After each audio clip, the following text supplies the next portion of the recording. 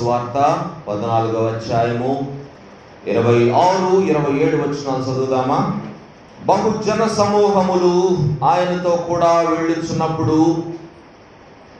ఆయన వారి తట్టు తిరిగి, ఎవడైనను నా యొద్దకు వచ్చి తన తండ్రిని, తల్లిని, భార్యను, పిల్లలను, అన్నదమ్ములను, అక్క చెల్లెండ్రను, తన ప్రాణమును సహా ద్వేషింపకుంటే వాడు నా శిష్యుడు కానేరడు. మరియు ఎవడైనను తన సిలువను మోసికొని నన్ను వెంబడింపని ఎడల వాడు నా శిష్యుడు కానేరడు. దేవుడి మాటలు మన వినికిడిలో మన ఆత్మల మేలు కొరకు దీవించును గాక. దేవుని సహాయం కొరకు మనం ప్రార్థన చేద్దాము. దేవుని అడుగుదాం, ప్రభువా నాతో మాట్లాడండి అని దేవుని అడుగుదాము. దేవుడు మనతో మాట్లాడతారు. ప్రేమ కలిగిన తండ్రి యేసయ్యా, మీకు వందనాలు ప్రభువా. మా మాటలు ఒట్టి మాటలు, మీ మాటలు జీవము కలిగిన మాటలు. మీ మాటల కొరకు మిమ్మల్ని స్తుతిస్తూ ఉన్నాము. ఈరోజు నాయనా మీ వాక్యమును మేము ధ్యానిస్తుండగా మీ అమూల్యమైన సత్యములను పరిశుద్ధాత్మ దేవుని ద్వారా మాకు బోధించమని వేడుకుంటున్నాము. మీ పరలోక సింహాసనము నుండి నన్ను, మమ్ములను మీరు దర్శించండి. వినగల చెవి, సిద్ధ మనస్సు, గ్రహించగల హృదయాన్ని, అలాగే వాక్యమును భద్రపరుచుకునే హృదయాన్ని మా అందరికీ దయచేయమని వేడుకుంటున్నాం.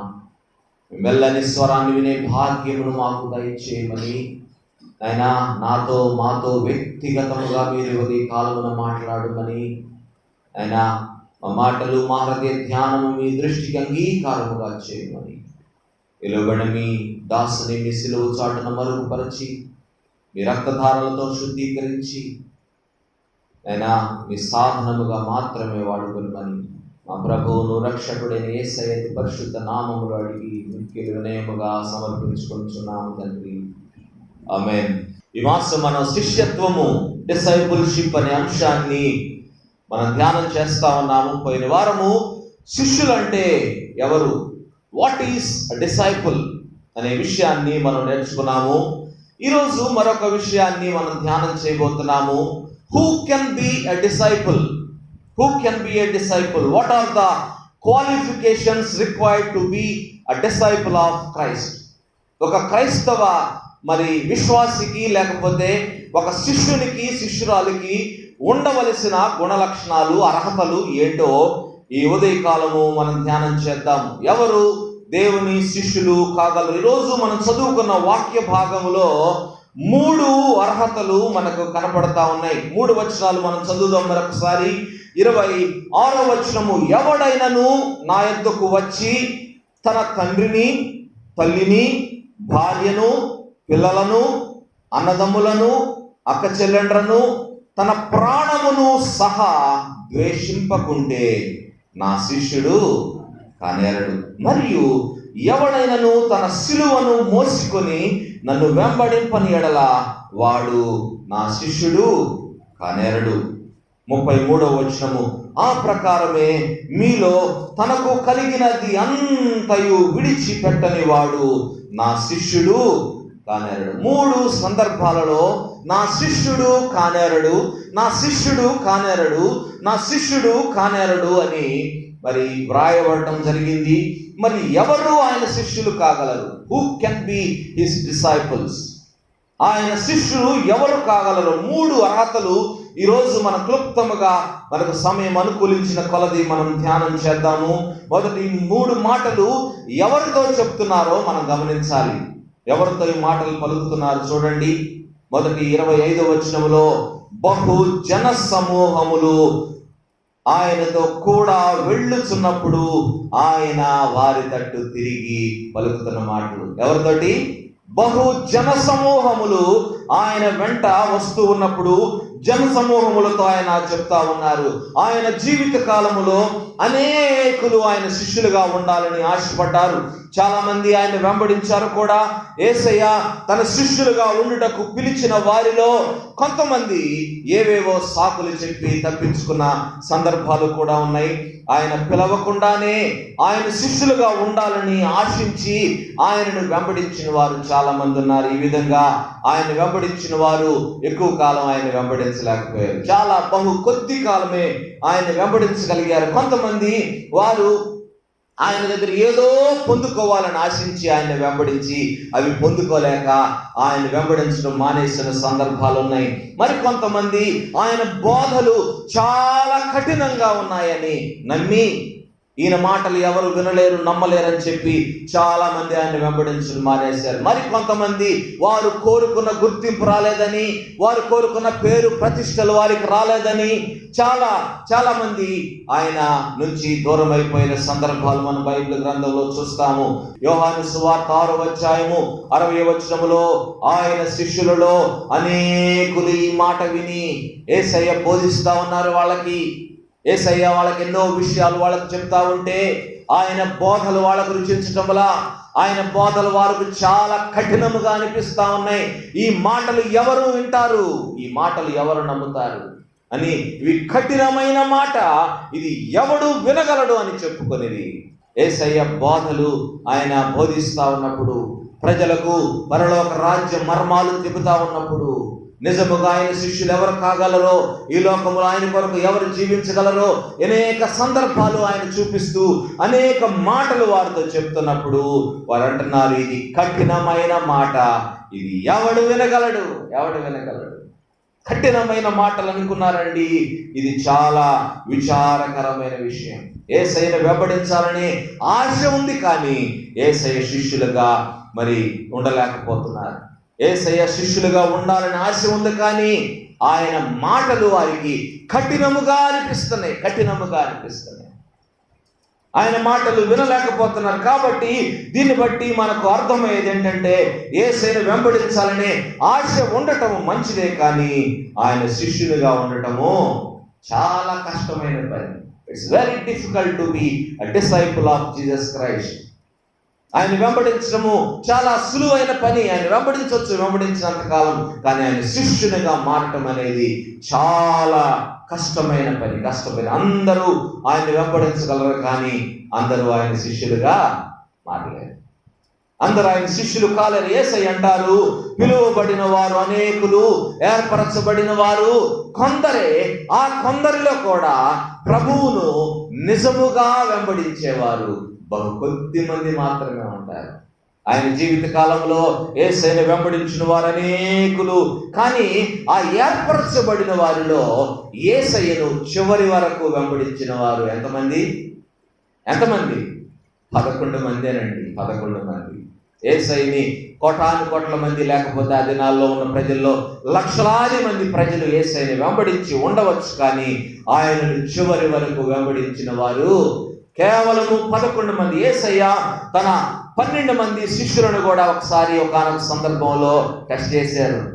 ఏమని చూడండి, అందరూ ఆయన విడిచి వెళ్ళిపోతా ఉన్నప్పుడు, యోహాను సువార్త 6:66 వచనాలు, అందరూ ఆయన విడిచి వెళ్ళిపోయారని మనం చదివేప్పటి నుండి ఆయన శిష్యులలో అనేకులు వెనుక తీసి మరి ఎన్నడూ ఆయనను వెంబడించలేదంట. ఎంత ఘోరమైన విషయం. ఆయన మాటలు కఠినంగా ఉన్నాయి. ఆయన బోధలు వారికి రుచించటంలా శిష్యులుగా ఉండాలి, వెంబడించాలని ఆశపడుతున్నారు, కానీ బోధలు ఎక్కటం లేదు వాళ్ళకి. అందుకనే వారు శిష్యులలో అనేకులు వెనుక తీసి మరి ఎన్నడూ ఆయన వెంబడించలేదు. యేసయ్య ఆ పరిస్థితిని చూసి శిష్యుల వైపు తిరిగి ఉంటున్నాడు, మీరు కూడా వెళ్ళిపోతారా? మీరు కూడా వెళ్ళిపోవాలని ఉన్నారా అని శిష్యులను అడిగితే, శిష్యుల పక్షంగా పేతురు అంటున్నాడు, అయ్యా మేము ఎక్కడికి వెళ్తాము? నీవే నిత్య జీవపు మాటలు కలిగిన వాడవు, నీవే పరిశుద్ధుడవు అని ఆయన అంటున్నాడు. నీవు పరిశుద్ధుడు అని మేము విశ్వసించి ఎరిగి ఉన్నాము. We know that you are Christ. We know that you are God. మేము నీవు దేవుడు అని ఎరిగి నమ్ముతున్నాం కాబట్టి ఎక్కడికి పోతామయ్యా మేము. ఆయన అందరూ వెంబడించవచ్చు, కానీ అందరూ ఆయన శిష్యులు కాలేరు అనే సత్యాన్ని యువతి కాలం మనం తెలుసుకోవాలి. ఆయన వ్యక్తిగతముగా ఎరిగి ఆయన దేవుడని, రక్షకుడని, పరిశుద్ధుడని నమ్మి విశ్వసించిన వారు మాత్రమే ఆయన శిష్యులు కాగలరు. ఈ విషయాలు మనం చాలా జాగ్రత్తగా మనం గమనించాలి. ఇంత మాత్రమేనా? ఆయన విశ్వాసం ఉంచి, ఆయనను ఎరిగి, ఆయన రక్షకునిగా అంగీకరించి, ఆయన పరిశుద్ధుడని గుర్తిస్తే సరిపోతుందా? ఆయన శిష్యులం అయిపోతామా? ఇంకా ఏమన్నా ఉన్నాయా? ఇంకా చేయాల్సిన ఏమన్నా ఉన్నాయంటే, a great price must be paid to be a disciple. ఎంతో మూల్యం చెల్లించాలండి, ఎంతో గొప్ప మూల్యం చెల్లించాలి, ఎన్నో త్యాగములు చేయాలి. ఒక శిష్యునిగా, యేసుక్రీస్తుకు ఒక శిష్యునిగా ఉండాలంటే, ఆయనను వెంబడించాలంటే ఎన్నో త్యాగములు చేయవలసిన అవసరం ఉంది. ఈరోజు వాక్య భాగములు మనం చదువుకున్నాము. మొదటి అర్హత ఏంటి? ఏమేమి త్యాగములు చేయాలో మనము చదువుకుంటూ వద్దాము. చూడండి, 25, 26 వచనాలలో మొదటి మాట మనం చదువుదాము. 25, 26. బహు జన సమూహములు ఆయనతో కూడా వెళ్ళుచున్నప్పుడు ఆయన వారి తట్టు తిరిగి, ఎవడైనను నా యొద్దకు వచ్చి తన తండ్రిని, తల్లిని, భార్యను, పిల్లలను, అన్నదమ్ములను, అక్క చెల్లెండ్రును, తన ప్రాణమును సహా ద్వేషింపకుంటే వాడు నా శిష్యుడు కానేరడు. కఠినమైన మాటలా కాదా? కఠినమైన మాటలా కాదా? ఎంత కఠినంగా ఉన్నాయి. నా దగ్గరకు నువ్వు రావాలంటే, నీవు నన్ను వెంబడించాలంటే నీవు ఎన్నో త్యాగాలు చేయాల్సి వస్తుంది అని ప్రజల్ని హెచ్చరిస్తున్నాడు యేసయ్య. మీరు నన్ను వెంబడించాలని ఆశపడుతున్నారు, కానీ అది చాలా సులువైన పని కాదు. మీరు ఏం చేయాలో చూడండి, వినండి నా మాటలు. మీరు నా యొద్దకు వచ్చిన తర్వాత మీ తండ్రిని, తల్లిని, భార్యను, పిల్లలను, అన్నదమ్ములను, అక్క చెల్లెండ్రను, ప్రాణమును సహా ద్వేషించాల్సి వస్తుంది. ఎంత కఠినమైన మాటలు ఇది. ఎవరైనా ఈ లోకంలో జీవించేది దేనికోసం? కుటుంబం కోసమే కదా. కుటుంబం కోసం ఈ లోకంలో ప్రతి ఒక్కరు బ్రతుకుతూ ఉంటారు. మరి యేసయ్య అంటున్నారు, నీవు నన్ను వెంబడించాలంటే నీవు నీ కుటుంబాన్ని ద్వేషించాలి అంటున్నారు. ద్వేషించాలంటున్నారు. ఏంటి దీని అర్థం? ఇంకొక వాక్యంతో మనం పోల్చి చూద్దాం. మత్తయి సువార్త 10వ అధ్యాయము 37వ వచనములో మత్తయి భక్తుడు చక్కగా రాస్తున్నాడు. తండ్రినైనను, తల్లినైనను నాకంటే ఎక్కువగా ప్రేమించువాడు నాకు పాత్రుడు కాడు. కుమారునైనను, కుమార్తెనైనను నాకంటే ఎక్కువగా ప్రేమించువాడు నాకు పాత్రుడుగా కాదు. వాక్యాన్ని మనం మరి ఉన్నది ఉన్నట్లుగా మనం చూసి చదువుకొని వెళ్ళిపోవటం కాదండి. వాక్యాన్ని సరిపోల్చుకోవాలి. దేవుని మాటలలోని అంతరార్థాన్ని మనం చక్కగా అర్థం చేసుకోవాలి, గ్రహించాలి. ద్వేషించటం అంటే వారిని శత్రువులుగా చూడమని కాదు, వారిని ప్రేమించొద్దని కాదు, వారి బాధ్యతలను పట్టించుకోవద్దని కాదు, వారిని పూర్తిగా విడిచిపెట్టేయమని కాదు, వారితో సంబంధాలు కలిగి ఉండొద్దని కాదు, వారి బాధ్యతలు విస్మరించొద్దని కాదు. ఆ దినాల్లో ఈ మాటలను పట్టుకొని చాలా మంది వెళ్ళిపోయేవాళ్ళండి. ఆశ్రమాలు ఉండే, మొనాస్ట్రీస్కి వెళ్ళిపోయేవారు. సెలిబ్రేట్స్ అంటే బ్రహ్మచారులుగా వివాహాలు చేసుకోరు. ఈ లోక సంబంధమైన విషయాల మీద వారికి ఆసక్తి ఉండదు. ఈ లోకంలో ఉన్న తల్లిదండ్రుల సమస్తాన్ని విడిచిపెట్టి ఎక్కడో మరి అరణ్యాల్లో ఉండే మొనాస్ట్రీస్కి వెళ్ళి అక్కడే వాళ్ళు దేవుని వాక్యాలు చదువుకుంటా ఉండేవాళ్ళు. సెలిబ్రేట్స్ అంటారు వాళ్ళని. మొనాస్ట్రీస్లో వాళ్ళు ఉండి దేవుని వాక్యం ధ్యానిస్తూ ఉండేవాళ్ళు. ఇది కాదు దేవుడు కోరుకుంటున్నది. యేసయ్య ఏం చెప్తున్నాడు చూడండి. ఈ దినాల్లో ఆయన చెప్తున్న మాటలు ఏంటంటే, యేసయ్య ఉద్దేశం ఏంటంటే, Jesus must be given first priority in their life. వాళ్ళ జీవితంలో యేసుక్రీస్తుకు మొదటి ప్రాధాన్యత ఇవ్వబడాలి. శిష్యుడు అనేవాడు క్రీస్తును అత్యధికముగా ప్రేమించేవాడై ఉండాలి. ప్రతి శిష్యుడు తన హృదయములో క్రీస్తుకు ప్రథమ స్థానం ఇవ్వగలిగిన వాడై ఉండాలి. అవసరమైతే బంధువులకు, సొంత వారికి బదులుగా ఆయన్ను కోరుకునేందుకు సిద్ధమై ఉండాలి. యేసుక్రీస్తు కావాలా, నీ భార్య కావాలని అడిగితే నాకు యేసుక్రీస్తే కావాలని చెప్పే స్థాయిలో ఒక శిష్యుడు ఉండాలి. అది దేవుడు కోరుకుంటుంది. They cannot become disciples of Christ if they give much priority to the family affairs in this world. ఈ లోకములో ఉండే లోక సంబంధమైన బంధుత్వాలకు, బాంధవ్యాలకు అధిక ప్రాధాన్యత ఇచ్చేవారు క్రీస్తు శిష్యులు కాలేరు. పోయిన వారం మనం నేర్చుకున్నాము, పేతురు, అంద్రేయ, యాకోబు, యోహాను, మత్తయి వారిని యేసయ్య పిలిచినప్పుడు లోక సంబంధమైన బంధుత్వాలకు, బాంధవ్యాలకు వారు అధిక ప్రాధాన్యతనివ్వలేదండి. యేసయ్య పిలిచిన వెంటనే దే ఫాలోడ్ హిమ్ ఇమ్మీడియట్లీ అని రాశాడు. ఇమ్మీడియట్లీ. దేని గురించి వారు ఆలోచించలేదు. నా కుటుంబం పరిస్థితి ఏంటి, నా వృత్తి పరిస్థితి ఏంటి ఈ సంగతులు. యేసయ్య పిలిచినప్పుడు ఎస్ నేను వెళ్ళాలి, వెంబడించాలి, అంతే వాళ్ళ ఆలోచన. అంతే. అంటే యేసయ్య ఉద్దేశము నీ కుటుంబాన్ని పూర్తిగా వదిలేయమని కాదండి. నీ కుటుంబాన్ని విడిచిపెట్టే, నీ కుటుంబం వద్దు, నేనే మీకు అన్ని అని ఆయన చెప్పలేదండి.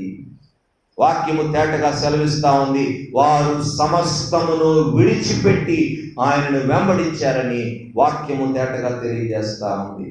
దీని అర్థం ఏంటంటే లోక సంబంధమైన పనుల కంటే దేవుని సంబంధమైన పనులు అత్యంత విలువైనవి, వాటికి అత్యధిక ప్రాధాన్యత ఇవ్వాలని ఈ వాక్యం ద్వారా మనం నేర్చుకుంటున్నాం. యెరూషలేములో ఈ శిష్యులంతా పరిచర్య చేసినంత కాలము they have relationship with their family. వాళ్ళు పరిచర్య చేసినంత కాలము వారి కుటుంబాలతో వారికి సంబంధాలు ఉన్నాయి. వారి కుటుంబాలలో ఉన్న బాధ్యతలన్నీ వారు నెరవేర్చారు.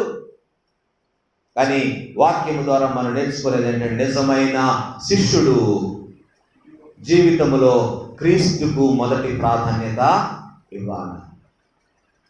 Family is the second priority.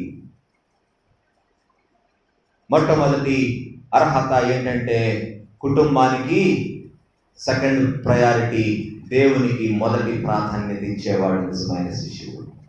రెండవ విషయాన్ని మనం ధ్యానం చేద్దాం. రెండవ విషయం ఏమంటున్నాడు? 27వ వచనము, ఎవడైనను తన సిలువను మోసుకొని నన్ను వెంబడింపని ఎడల వాడు నా శిష్యుడు కానేరడు. ఈ మాటలు కూడా యేసయ్య జన సమూహాలతో పలుకుతున్న మాటలు. జన సమూహాలకు చెప్తా ఉన్నాడు. లూకా 9:23లో యేసయ్య తన శిష్యులతో చెప్పిన మాటలు మనం చదువుదాం ఒకసారి. లూకా 9:23 చూడండి. లూకా 9:23, ఎవడైనను నన్ను వెంబడింప కోరిన యెడల తనను తాను ఉపేక్షించుకొని ప్రతి దినము తన సిలువను ఎత్తుకొని నన్ను వెంబడింపవలెను. యేసయ్య శిష్యులతో పలుకుతున్న మాటలు ఇవి. తనను తాను ఉపేక్షించుకోవాలి. Let him deny himself. రెండవది తన సిలువను ఎత్తుకోవాలి, టేక్ అప్ హిస్ క్రాస్. మూడవది ఆయనను వెంబడించాలి, they have to follow Jesus. ఉపేక్షించుకోవాలి. ఇది చాలా కష్టతరమైన పని. తనను తాను ఉపేక్షించుకోవటం అంటే ఇది అందరికీ సాధ్యం కాదండి. సెల్ఫ్ని ఎవరు పోగొట్టుకుంటారు? నేను నాది అనే దాన్ని ఎవరు పోగొట్టుకుంటారు? ఈ లోకంలో ఎవరు బ్రతికినా, ఎవరు జీవించినా నేను, నాది, నా సొంతము అనుకునే ప్రజలు బతుకుతూ ఉంటారు. నేను అనేది లేకపోతే మనిషి బ్రతకలేడు. I must die. దేవుడు అంటున్నాడు ఉపేక్షించుకోవాలి. తనను తాను ఉపేక్షించుకోవటం అంటే నేను అనేది చచ్చిపోవాలి. గలతీ పత్రిక 2వ అధ్యాయము 20వ వచనములో తనను తాను ఉపేక్షించుకోవటం అంటే ఏంటో పౌలు భక్తులు తేటగా తెలియజేస్తా ఉన్నాడు. గలేషియన్స్ 2:20 ఏమంటున్నాడు చూడండి. నేను క్రీస్తుతో కూడా సిలువ వేయబడి ఉన్నాను, ఇకను జీవించువాడను నేను కాను, క్రీస్తే నా యందు జీవించుచున్నాడు. దిస్ ఇస్ వాట్ ఉపేక్షించుకోవడం అంటే. తనను తాను ఉపేక్షించుకోవడం. We should deny ourselves. తనను తాను ఉపేక్షించుకోవాలి. నేను సిలువ వేయబడాలి, క్రీస్తులో నేను జీవించాలి, క్రీస్తు నాలో జీవించాలి. ఇది ఉపేక్షించుకోవడం అంటే. నేను అనేది ఉండకూడదు. ఇక నువ్వు జీవించు వాడను నేను కాను, క్రీస్తే నా యందు జీవిస్తూ ఉన్నాడు, నేను క్రీస్తులో జీవిస్తూ ఉన్నాను. ఇది ఉపేక్షించుకోవడం అంటే. నంబర్ టూ, రెండవది ఏంటంటే తన సిలువను ఎత్తుకోవాలి. ఆ దినాల్లో రోమనులు ఏం చేసేవాళ్ళో తెలుసా? తమ మీద ఎవరైనా తిరుగుబాటు చేస్తే వారిని అడిచివేయటానికి సిలువ శిక్షను అమలు చేసేవారు. సిలువ శిక్ష ఇది అతి క్రూరమైన నీచమైన శిక్ష. దినాల్లో శిక్ష విధించబడిన వాళ్ళు ఏం చేయాలో తెలుసా? తమ సిలువను తామే ఎత్తుకొని మోసుకుంటూ వెళ్ళాలి యెరూషలేము వీధుల్లో. అలా మోసుకుంటూ వెళ్ళాలి. ఎక్కడెవరికంటే ఎక్కడ వాళ్ళని సిలువేస్తారో అక్కడ దాకా దాన్ని తీసుకొని వెళ్ళాలి. యేసయ్య 11 సంవత్సరాల వయసులో ఉన్నప్పుడు గలిలయుడైన యూదా అనే ఒక వ్యక్తి రోమా సామ్రాజ్యం మీద తిరుగుబాటు చేశాడు. సెపోలిస్ అనే పట్టణం నుంచి ఆయన తిరుగుబాటు చేశాడు. ఈ పట్టణము నజరేతుకు, యేసయ్య ఉండి పెరుగుతున్న నజరేతుకి 4 మైళ్ళ దూరంలో ఉంది పట్టణం. సెపోలిస్ పట్టణంలో మరి ప్రజలందరూ తిరుగుబాటు చేస్తే రోమన్లు దాన్ని అణిచివేయటానికి ఏం చేశారంటే సడన్గా ఆ పట్టణం మీదకి దండెత్తి ఆ పట్టణానికి నిప్పు పెట్టేశారు. 4 వైపుల నుంచి నిప్పు పెట్టేశారు. పట్టణంలో నుంచి మరి తప్పించుకొని వెళ్ళి చాలా మంది తప్పించుకుంటే వాళ్ళందరినీ, స్త్రీలని, పిల్లల్ని పట్టుకొని వాళ్ళని బానిసలుగా అమ్మేశారు. ఓపెన్ మార్కెట్లో పెట్టి బానిసలుగా అమ్మేశారు. పురుషుల్ని ఏం చేశారో తెలుసా? 2000 మంది పురుషులను పట్టుకొని వాళ్ళకి సిలువలు మీద పెట్టించి యెరూషలేము వీధుల గుండా వారిని తిప్పి తీసుకొని వెళ్ళి రోడ్డుకి ఇరువైపులా వాళ్ళని సిలువ వేసి చంపేశారు. ఎందుకో తెలుసా? ఎవరు మళ్ళీ రోమన్ సామ్రాజ్యం మీద తిరుగుబాటు చేయడానికి మళ్ళీ ఎవరు ధైర్యం చేయకూడదు. ఈ సిలువలను చూస్తే వాళ్ళు పడుతున్న శ్రమ వాళ్ళకు గుర్తుకు రావాలి. రోమా సామ్రాజ్యం మీద తిరుగుబాటు చేస్తే ఎటువంటి శిక్ష ఉంటుందో, ఎటువంటి భవిష్యత్తు ఉంటుందో మాకు అర్థం కావాలి అనే ఉద్దేశంతో వారు రోమనులు ఆ శిక్షను అమలు చేసేవారు. సిలువను ఎత్తుకోవడం అంటే క్రీస్తును వెంబడించే సమయంలో ఎదురయ్యే ఎటువంటి పరిస్థితినైనా ఎదుర్కోవడానికి సిద్ధంగా ఉంటారు. యేసయ్య అంటున్నారు ఇంకొక మాట, ప్రతి దినము అంటున్నారు. ఇదేదో 1 రోజు 2 రోజులు కాదండి. యేసయ్యను వెంబడించడం అంటే ప్రతి దినము సవాలుతో కూడిన జీవితమే, ప్రతి దినము ప్రాణగండమే, ప్రతి దినము మరి ప్రాణము అర్పించడానికైనా సిద్ధముగా ఉండి వెంబడించాలి. సిలువనెత్తుకొని వెంబడించాలి.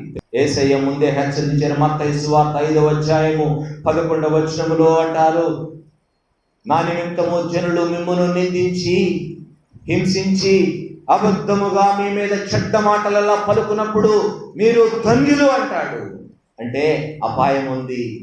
నన్ను వెంబడించాలంటే మీరు నిందలు అనుభవించాలా, మీరు హింసను అనుభవించాలా, మీ మీద పడే అపనిందలన్నీ అనుభవించాలి. మీరు లూకా 6:22లో కూడా అంటాడు, మిమ్మల్ని నా నిమిత్తము ద్వేషిస్తారు, మిమ్మల్ని నా నిమిత్తము వెలివేస్తారు అని హెచ్చరిస్తాడు. మత్తయి సువార్త 10వ అధ్యాయము 17-18 వచనాల్లో కూడా ఆయన అంటున్నాడు, మనుష్యులను గూర్చి జాగ్రత్త పడుడి, వారు మిమ్మల్ని మహాసభలకు అప్పగించి తమ సమాజ మందిరములలో మిమ్మల్ని కొరడాలతో కొట్టింతురు.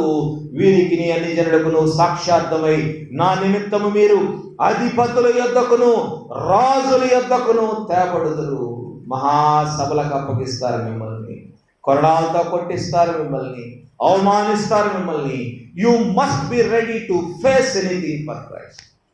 ఇది సిలువను ఎత్తుకోవడం అంటే. లోకంలో పరిస్థితులు మారిపోతున్నాయండి.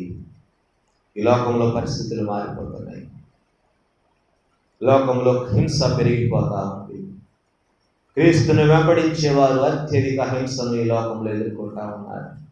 యేసయ్య ఆనాడే హెచ్చరిస్తా ఉన్నారు, you must be ready to face anything. ఎన్నో రకాల హింసలు రాబోతున్నాయి, ఎన్నో రకాల గడ్డు పరిస్థితులు రాబోతున్నాయి. ఈ విషయాలన్నీ వారికి వివరంగా తెలియచేయడానికి యేసయ్య ఈరోజు మనం చదువుకున్న వాక్య భాగంలో 2 సందర్భాలు మనకు చూపిస్తా ఉన్నారు. 2 విషయాలు వారు చెప్తున్నారు. మొదటిది గోపురము కట్టించేవాడి గురించి వ్రాయబడింది. రెండవది యుద్ధము చేయబోతున్న ఒక రాజు గురించి వ్రాయబడింది. గోపురం కట్టించేవాడు లెక్క చూసుకొనడా అంటున్నాడు. మరి యుద్ధానికి వెళ్ళేవాడు ఆలోచించడా అంటున్నాడు. 2 క్వశ్చన్స్ ఇక్కడ మనకు కనపడుతున్నాయి. మీలో ఎవడైనా ఒక గోపురం కట్టింప కోరిన ఎడల దానిని కొనసాగించుటకు కావలసినది తన వద్ద ఉన్నదో లేదో అని కూర్చుండి తగులుబడి మొదట లెక్క చూచుకొనని ఎడల అతడు దాన్ని పునాది వేసి ఒకవేళ దాన్ని కొనసాగింపలేకపోయినందున చూచు వారందరూ ఈ మనుషులు కట్ట మొదలు పెట్టిన కానీ కొనసాగింపలేకపోయిన అతని చూచి ఎగతాళి చేయసాగుదురు.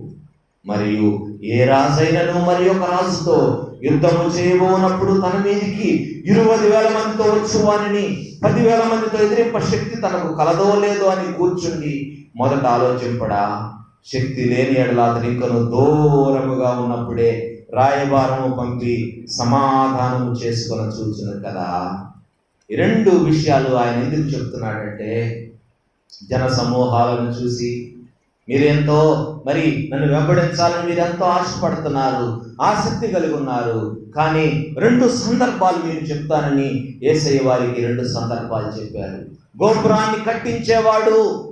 గోపురాన్ని కట్టించడానికి, ఆ పని కంప్లీట్ చేయడానికి తన దగ్గర కావలసిన సామాగ్రి, వనరులు అన్నీ ఉన్నాయా లేదా అని ఆగి లెక్క చూసుకుంటాడు కదా.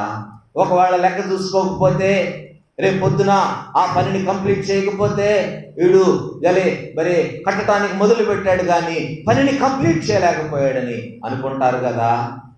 అట్లాగే మరి ఒక రాజు యుద్ధానికి వెళ్ళేటప్పుడు 20,000 మంది తన మీదకి దండెత్తొస్తే ఈ యొక్క 10,000 మందితో నేను ఆ రాజుని ఎదిరించడానికి నాకు శక్తి ఉందా లేదా అని ముందు ఆలోచిస్తాడు కదా. ఏకాఏకని యుద్ధానికి పోడు కదా, ఆలోచించుకుంటాడు. తనకు శక్తి చాలకపోతే సంధి చేసుకుంటాడు. కాబట్టి యేసయ్య వాళ్ళకి చెప్తున్న విషయాలు ఏంటంటే, following Christ does not mean a trouble free life. మీరు నన్ను వెంబడించాలంటే అది కష్టము లేని పని అనుకోబాకండి. చాలా కష్టాలు ఉంటాయి, చాలా శ్రమలు ఉంటాయి, చాలా అవమానాలు ఉంటాయి, చాలా ఉంటాయి. కాబట్టి వీటన్నిటిని మీరు లెక్క చూసుకోవాలి. యేసయ్యని వెంబడించాలంటే నేను ఏమేమి త్యాగాలు చేయాల్సి వస్తుంది, ఏమేమి వదులుకోవాల్సి వస్తుంది, ఎవరెవరిని విడిచిపెట్టాల్సి వస్తుంది, ఏమి నేను మరి చెయ్యాలి అని నీవు లెక్క చూసుకోండి అని హెచ్చరిస్తున్నాడు వాళ్ళని. Following Christ is filled with lot of troubles. అడుగడుగునా ప్రమాదాలు. క్రీస్తును వెంబడింపగోరువాడు ఇవన్నీ లెక్క చూసుకోవాలండి, లెక్క చూసుకోవాలి. క్రీస్తుని వెంబడింపగోరువాడు వీటన్నిటి గురించి ఆలోచించి సరైన నిర్ణయం తీసుకోవాలి. లేకపోతే వెంబడించడము మొదలుపెట్టి మళ్ళీ వెనక్కి తిరిగితే అది నిజమైన శిష్యత్వం కాదు. కాబట్టి ముందే వెంబడించాలని మీరు ఆశపడితే మీరు ఇవన్నీ లెక్క చూసుకోండి అని హెచ్చరిస్తున్నాడు యేసయ్య. ప్రియమైన దేవుని బిడ్డలారా, ఆయన వెంబడిస్తున్న ప్రజలు ఎన్నో ఆశలతో యేసయ్యని వెంబడించారు, కానీ నిజముగా ఆయన శిష్యులు కాలేకపోయారు. ఎందుకంటే ఎవరు ఈ త్యాగాలు చేయగలరు? ఎవరు ఈ విధంగా యేసయ్య కొరకు జీవించగలరు? ఎవరు ఏ విధంగా యేసయ్యని వెంబడించగలరు? కుటుంబాన్ని విడిచిపెట్టాలా, సిలువనెత్తుకొని ప్రాణాలు పోగొట్టుకోవడానికి సైతము సిద్ధపడి వెంబడించాలండి. ఎవరికి సాధ్యం? అది ప్రాణాల మీద తీపున్న వాళ్ళందరూ తిరిగి వెళ్ళిపోయినారు. యేసయ్యకు మిగిలింది 12 మంది మాత్రమే. 12 మందికి చెప్తూ ఉన్నాడు, మీరు కూడా నన్ను వెంబడించాలంటే మీ సిలువనెత్తుకొని ప్రతి దినము నన్ను వెంబడించాలని యేసయ్య వారిని హెచ్చరిస్తా ఉన్నాడు.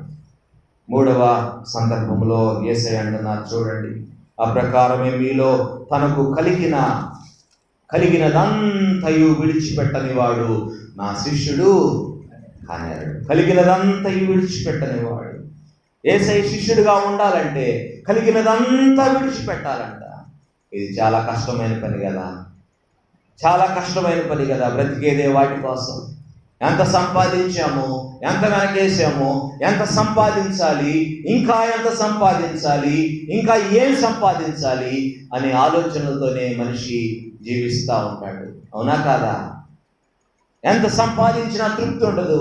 ఇంకా ఏదో సాధించాలి, ఇంకా ఏదో సంపాదించాలనే ఆశతోటే ఒక మనిషి ముందుకు వెళ్తా ఉంటాడు ఈ లోకంలో.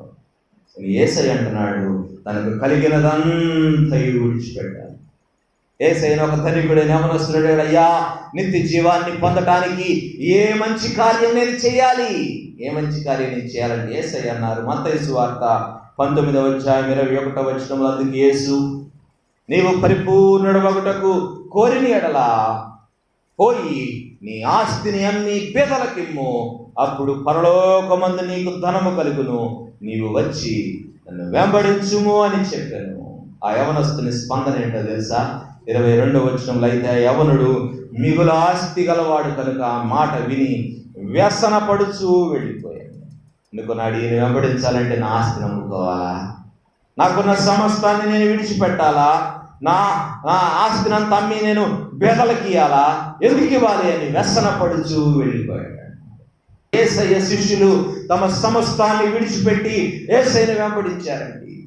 They never care for their positions, they never care for their professions. వాళ్ళ యొక్క ఆస్తిపాస్తుల గురించి ఏనాడు ఆలోచించలేదు. వాళ్ళ ఉద్యోగాలు వాళ్ళు విడిచిపెట్టిన తమ చేతి వృత్తుల గురించి మళ్ళీ ఏనాడు ఆలోచించలేదు. ఒకసారి పేతురు అడిగాడు ప్రభువుని, చూడండి మార్కు సువార్త 10:28 ఇదిగో యేసయ్యా, మేము సమస్తాన్ని విడిచిపెట్టి నిన్ను వెంబడించాం కదా అని అంటా ఉంటే, మార్కు సువార్త 10:29-30 యేసయ్య వాళ్ళకి సమాధానం ఇస్తా ఉన్నాడు. ఏమనిస్తున్నాడు చూడండి. అందుకు యేసు ఇట్లా అన్నాడు, నా నిమిత్తమును సువార్త నిమిత్తమును ఇంటినైనను అన్నదమ్ములనైనను అక్క చెల్లెండ్రనైనను తల్లిదండ్రులనైనను పిల్లలనైనను భూములనైనను విడిచిన వాడు ఇప్పుడు ఇహమందు హింసలతో పాటు నూరంతలుగా ఇండ్లను అన్నదమ్ములను అక్క చెల్లెండ్రలను తల్లులను పిల్లలను భూములను రాబో లోకమందు నిత్య జీవమును పొందునని మీతో నిశ్చయముగా చెబుతున్నాను. అంటే ఈ మాటలను బట్టి మనకు అర్థమయ్యేది ఏంటంటే, వారు యేసయ్య కొరకు అందరినీ విడిచిపెట్టారు. వారు యేసయ్య కొరకు అన్నిటినీ వదులుకున్నారు. తమకున్న సమస్తాన్ని, తమ ఉద్యోగాలను సహితము వారు విడిచిపెట్టేశారు.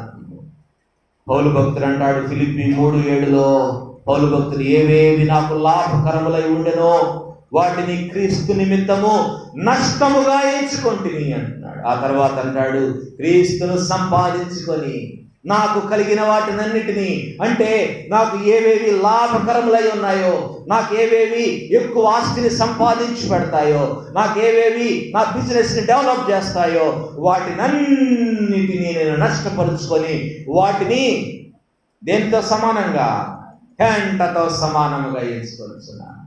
చూడండి ఎంత గొప్ప స్టేట్మెంట్స్ అండి ఇవి.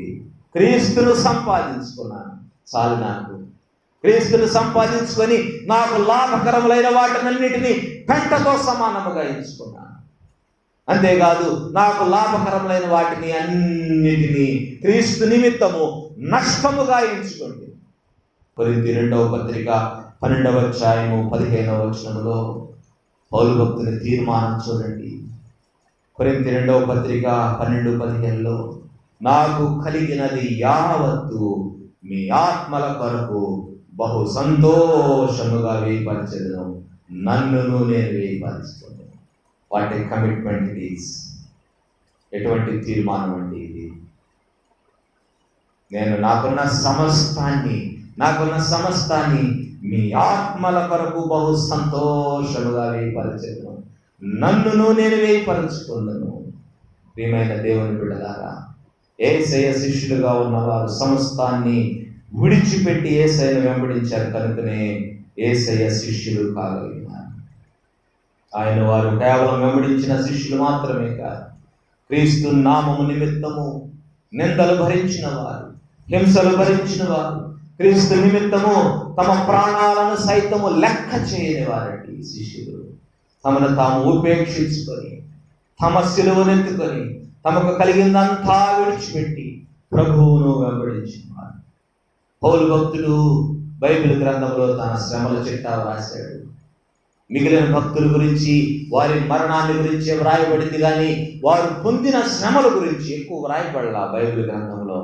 కానీ పౌలు భక్తుడు తాను పొందిన శ్రమల గురించి వ్రాస్తూ ఉన్నాడు. కొరింథీ 2వ పత్రిక 11వ అధ్యాయము 23 నుంచి 27 వచనాలు ఒకసారి చదువుదాము. జాగ్రత్తగా చదువుదాం, స్లోగా చదువుదాం. 23 నుంచి, వారు క్రీస్తు పరిచారకులా వెర్రివాని వలె మాట్లాడుచున్నాను, నేనును మరి ఎక్కువగా క్రీస్తు పరిచారకుడును, మరి విశేషముగా ప్రయాసపడి తిని, మరి అనేక పర్యాయములు చెరసాలలో ఉంటిని, అపరిమితముగా దెబ్బలు తింటిని, అనేక మారులు ప్రాణాపాయములలో ఉంటిని, యూదుల చేత 5 మారులు ఒకటి తక్కువ 40 దెబ్బలు తింటిని, ముమ్మారు బెత్తములతో కొట్టబడి తిని, ఒకసారి రాళ్లతో కొట్టబడి తిని, ముమ్మారు ఓడ పగిలి శ్రమపడి తిని, ఒక రాత్రింబగళ్ళు సముద్రములో గడిపి తిని, అనేక పర్యాయములు ప్రయాణములలోను, నదుల వలననైన ఆపదలలోను, దొంగల వలననైన ఆపదలలోను, నా స్వజనుల వలనైన ఆపదలలోను, అన్యజనుల వలనైన ఆపదలలోను, పట్టణములో ఆపదలలోను, అరణ్యములో ఆపదలలోను, సముద్రములో ఆపదలలోను, కపట సహోదరుల వలన ఆపదలలోను ఉంటిని. ప్రయాసతోనూ కష్టములతోనూ తరచుగా జాగరణములతోనూ ఆకలి దప్పులతోనూ తరచుగా ఉపవాసములతోనూ చలితోనూ దిగంబరత్వముతోనూ ఉంటిని. ఇంకను చెప్పవలసినవి అనేకములు. క్రీస్తుని వెంబడించడం అంటే ఎంత కష్టమా? క్రీస్తుని వెంబడించడం అంటే ఇన్ని శ్రమలు అనుభవించాలా? తరచుగా జాగరణాలు, తరచుగా ఆకలి దప్పులు, తరచుగా ఉపవాసాలు. ఒక్క పూట ఉపవాసం చేయడానికి అల్లాడిపోతామే మనము. క్రీస్తు కొరకు నిలబడిన పౌలు, క్రీస్తు కొరకు తనను తాను సమర్పించుకున్న పౌలు, క్రీస్తును వెంబడించడానికి తీర్మానించుకున్న పౌలు తరచుగా జాగరణాలంట, నిద్రలేని రాత్రులు ఎన్నో, తరచుగా ఆకలి దప్పులంట, తరచుగా ఉపవాసాలు, చలితోనూ దిగంబరత్వంతో కప్పుకోవటానికి బట్టలు లేవండి. అటువంటి పరిస్థితిలో ఆయన ఉంటూ ఇంకా చెప్పవలసినవి అనేకములు ఉన్నవి అంటున్నాడు. ఇవియును కాక సంఘములన్నిటిని కూర్చిన చింతయు కలదు, ఈ భారము దినదినమును నాకు కలుగుతున్నది. చూడండి, ఇన్ని శ్రమలు పడతా, ఇన్ని ఇబ్బందులు పడతా, ఇన్ని కష్టాలు అనుభవిస్తూ ఆయన ఏనాడు వెనుక తిరిగి చూడలేదు. ఎందుకోసం నేను ఈ కష్టాలు పడాలి? నా ఊరిలో ఉంటే నేను చక్కగా నా డేరాలు కొట్టుకుంటా నేను బతికేవాడిని కదా, ఎందుకు నేను ఈ శ్రమలు పడాలి? ఎందుకు ఇన్ని కష్టాలు అవసరమా నాకు అని ఏనాడు అనుకోలేదండి. ఎందుకంటే he loved the Lord so much. దేవుని అంతగా ప్రేమించినాడు, యేసయ్యని వెంబడించాలని తీర్మానించుకున్నాడు. యేసయ్య అంటారు, నా గటి మీద చేయి వేసి వెనుక తిరుగువాడు నా రాజ్యమునకు పాత్రుడు కానేరడు అంటాడు. పౌలు భక్తులు వెనక్కి తిరిగి చూడలేదండి తన జీవితంలో. ఎన్ని కష్టాలండి, ఎన్ని కష్టాలు. చాలా మంది మరి ఆయన మాటలే కఠినంగా ఉన్నాయని వెనక్కి తిరిగి వెళ్ళిపోయారే. మరి కష్టాలు వస్తే భరించగలరా? పౌలు అన్ని కష్టాలు భరించినాడు. దేవుని ఎంతగా ప్రేమించాడో దీన్ని బట్టి మనం అర్థం చేసుకో. అంతేకాదు, he made a bold statement, for me to live is Christ, death is gain అన్నాడు. నా మట్టుకైతే బ్రతుకుట క్రీస్తే, చావైతే లాభం. ఎవరు చెప్పగలరా అండి ఈ మాటలు ఈ లోకంలో? ఎవరికి ఉంటుంది ఇటువంటి ధైర్యం ఈ లోకంలో? యేసుక్రీస్తు నిజముగా సంపూర్ణంగా ప్రేమించే వారికి మాత్రమే ఇటువంటి ధైర్యం ఉంటుంది. యేసుక్రీస్తును తన శిలువను ఎత్తుకొని వెంబడించే వారికి మాత్రమే ఈ ధైర్య సాహసాలు ఉంటాయి. బైబిల్ గ్రంథంలో పేతురు భక్తుల్ని కూడా సిలువేసి చంపేస్తామన్నారు.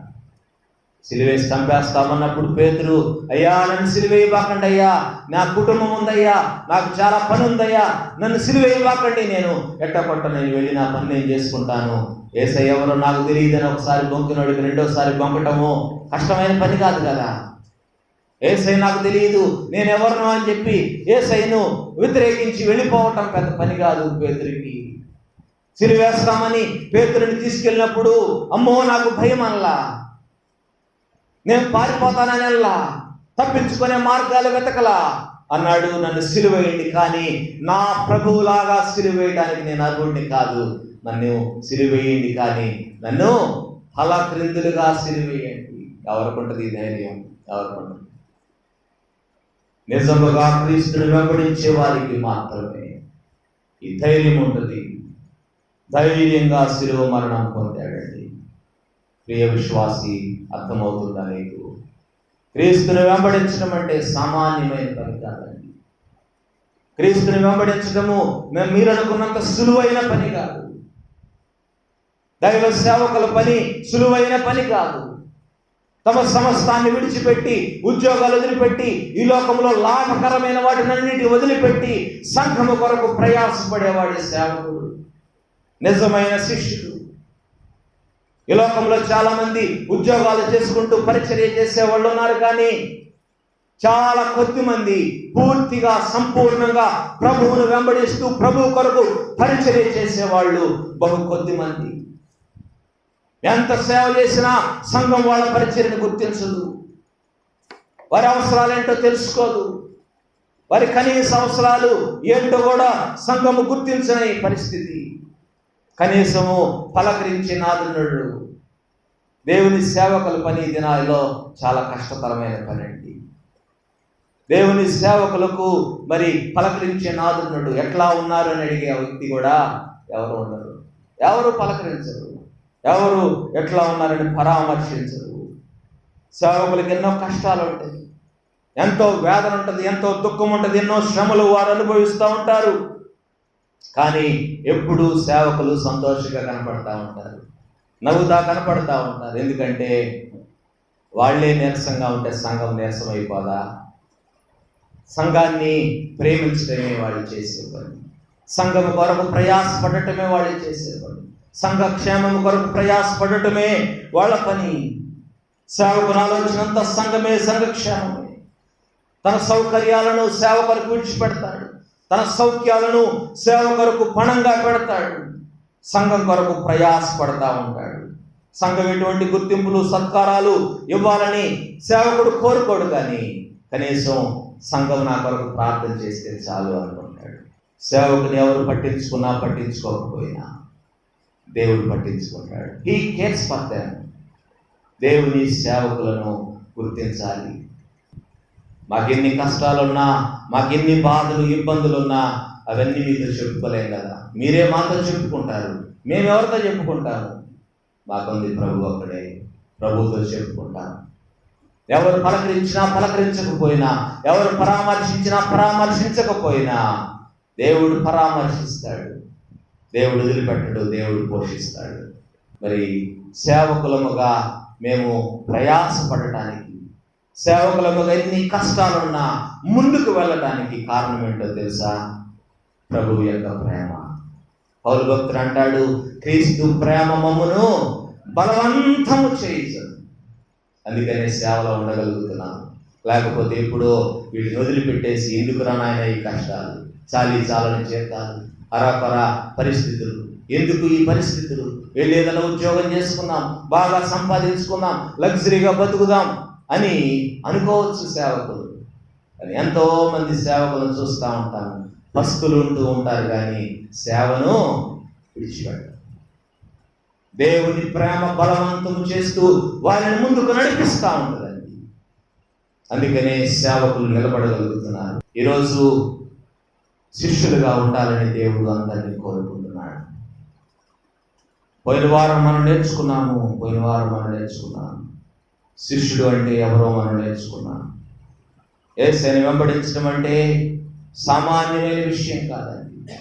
దానిలో ఎన్ని లోటుపాట్లు ఉంటాయో, ఎంత శ్రమ ఉంటుందో, ఎన్ని ప్రమాదాలు ఉంటాయో సేవకునికి తెలుసు, దేవునికి తెలుసు. చూస్తున్నాం ఈ రోజున మరి సోషల్ మీడియాలో ఎంతమంది సేవకులు ప్రాణాలు వదులుతున్నారో తెలుసా మీకు? సంఘాన్ని ఏం చేయరండి వాళ్ళు, సేవకులను టార్గెట్ చేస్తారు. సంఘాన్ని పాడు చేయాలంటే, సంఘాన్ని నిర్వీర్యం చేయాలంటే ఎవరిని కొట్టాలి? సేవకుని కొట్టాలి. సేవకుని కొడితే సేవ అంతా కొలాప్స్ అయిపోవాలి. కాబట్టి ఈ దినాల్లో సేవకుల మీద ఎక్కువ దాడులు జరుగుతూ ఉన్నాయి. మనం సేవకుల కొరకు ప్రార్థన చేయాలా? అది మన ప్రయారిటీ కావాలా? సేవకులు బాగుంటే సంఘాలు బాగుంటాయి. సేవకులు క్షేమంగా ఉంటే సంఘాలు క్షేమంగా ఉంటాయి. దేవుని పరిచర్య ఈ లోకంలో జరుగుతుంది. శిష్యులను తయారు చేస్తారు. వాళ్ళు ఏదో ఆషామాషిగా మరి యేసయ్యను వెంబడించడం కుదరదండి. ఆదివారం వస్తున్నాం, పోతున్నాం, వాక్యం వింటున్నాం, సందా వేస్తున్నాం, వస్తున్నాము, ఇదే జీవితం అనుకుంటున్నావేమో ప్రియమైన విశ్వాసి. పోయిన వారం దేవుని పిలుపుని గురించి విన్నాము. ఈ వారము నిజ క్రైస్తవునికి, నిజ శిష్యునికి ఉండవలసిన లక్షణాలు, అర్హతలు గురించి మనం ధ్యానం చేశాం. యేసు ప్రభు వారి యొక్క నిజ శిష్యునిగా, శిష్యురాలిగా ఉండటానికి కావలసిన 3 అర్హతలు మీకు మరలా జ్ఞాపకం చేస్తాను. మొదటిది, నీ జీవితంలో దేవునికి ప్రథమ స్థానం ఇచ్చి అన్నిటికంటే ఆయన ఎక్కువగా ప్రేమించాలి. ప్రేమిస్తున్నావా? నంబర్ 2, నీ సిలువనెత్తుకొని ఆయన్ను ప్రతి దినము వెంబడించాలి. వెంబడిస్తున్నావా యేసయ్యని? మూడవది, నీకు కలిగినదంతా విడిచిపెట్టాలి. విడిచిపెట్టావా? నీకు కలిగిందంతా విడిచిపెట్టడం అంటే ఏంటి? దాని ఉద్దేశం నీకున్న అన్నిటిని వదిలేసి సన్యాసుల్లో కలిసిపోమని కాదండి. నీకున్నవన్నీ ఉంటాయి, కానీ నీకున్న వాటితో దేవుణ్ణి మహిమపరచాలి.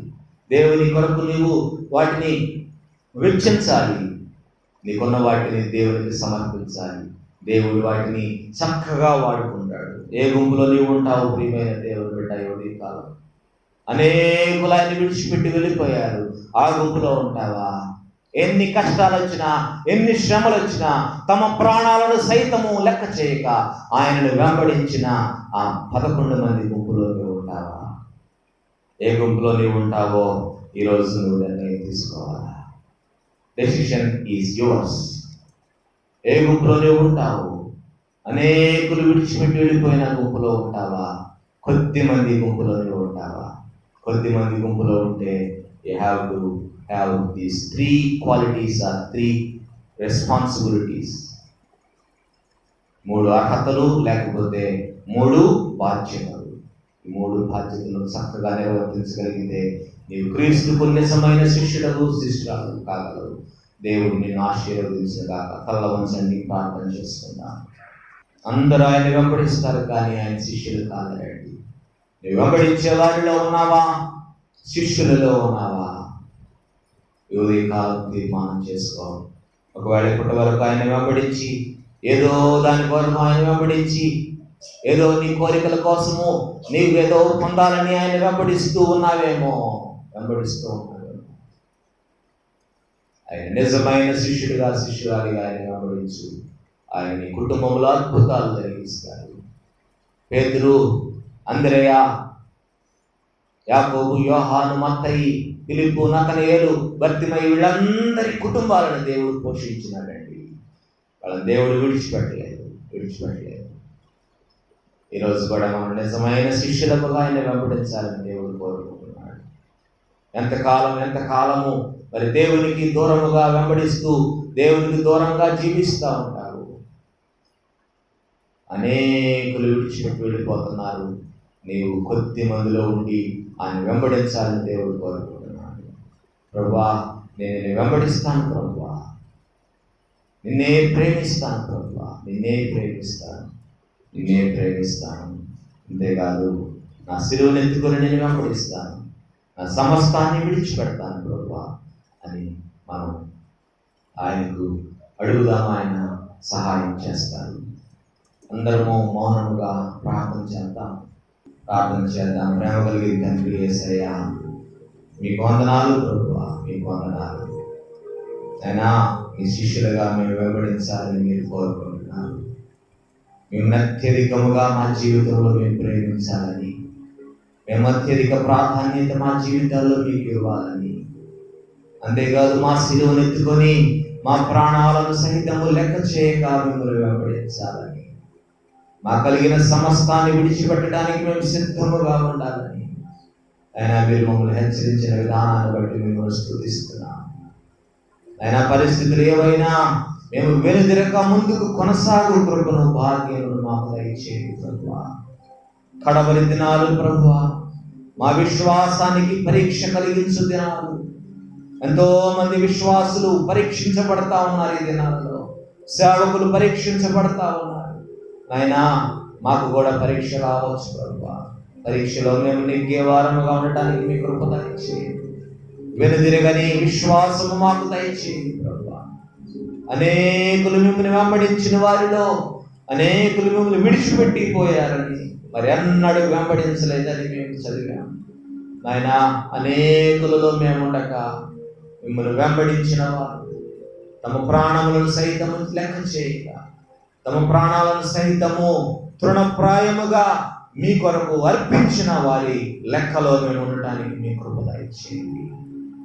ఉదయ కాలం ఆయన మమ్మల్ని దర్శించినందుకు వందనాలు తెలియజేస్తూ, ఆయన సమర్పణ కలిగిన జీవితాన్ని మేమందరము జీవించడానికి మీ కృప దయచేయండి. ఇక్కడ వరి దినాల్లో మీ కొరకు మాత్రమే బ్రతకడానికి మాకు సహాయం చేయండి. మీ ఆశీర్వాదాలతో మమ్మల్ని తృప్తిపరచుకొని ఆ ప్రభువును రక్షకుడైన యేసయ్య పరిశుద్ధ నామములో విన్నపములు అడిగి వేడుకుంటున్నాము తండ్రి.